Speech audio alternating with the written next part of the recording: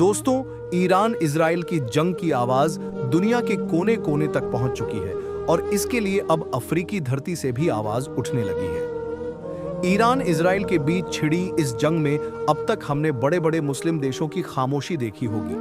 पूरा अरब जगत खामोशी बना हुआ देख रहा है, जबकि दूसरी तरफ ईरान है कि अमेरिका, इजराइल और पूरे यूरोप जगत के आगे झुकने को तैयार नहीं है। मगर दोस्तों, इसी बीच अफ्रीका से एक मुस्लिम लीडर ऐसा उठता है जिसकी आवाज ने दुनिया को चौंका दिया है।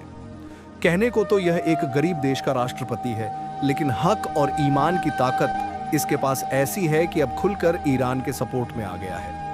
वैसे तो कई अफ्रीकी मुल्क हैं, लेकिन मैं बात कर रहा हूं इब्राहिम तरोरे की, बुर्किना फासो के राष्ट्रपति की, जिसने 16 सालों तक बुर्किना फासो जैसे देश की आर्मी जनरल के पद पर रहकर सेवा की। इसी शख्स ने अब इजराइल को खुलेआम ललकारा है। खबर ऐसी है कि बुर्किना फासो के राष्ट्रपति ने खुलेआम इजराइल के हमले को गलत बताया है।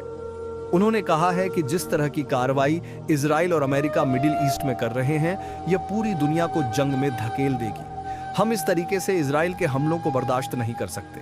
अब जरा सोचिए, एक तरफ पूरा अरब जगत खामोश है, लेकिन एक छोटा सा अफ्रीकी मुल्क, इसका हौसला ऐसा है कि इजराइल जैसी ताकत को चुनौती दे रहा है। इब्राहिम तरोरे के बारे में जिन लोगों को नहीं पता है, तो मैं आपको बता दूं, अफ्रीकी कॉन्टिनेंट में बुर्किना फासो नाम का एक छोटा सा देश है।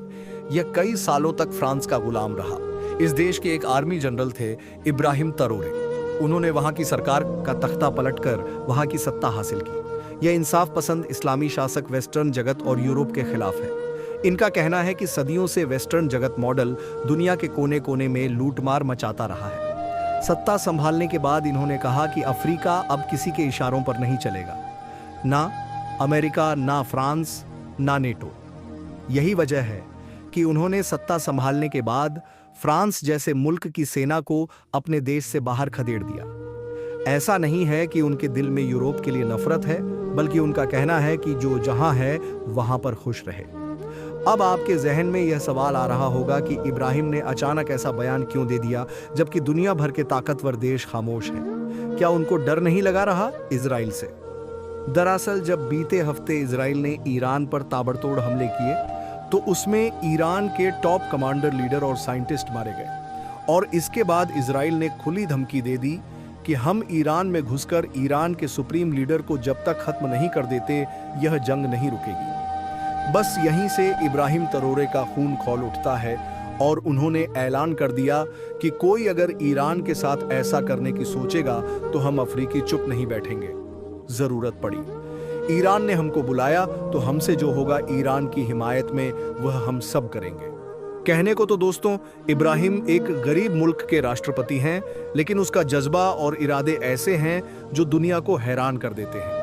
अगरचे बुर्किना फासो की फौज इतनी बड़ी नहीं है कि वह इजराइल का सामना कर सके, लेकिन किसी ने तो हिम्मत की। बोलने की बात यहाँ संख्या, तादाद या ताकत की नहीं है।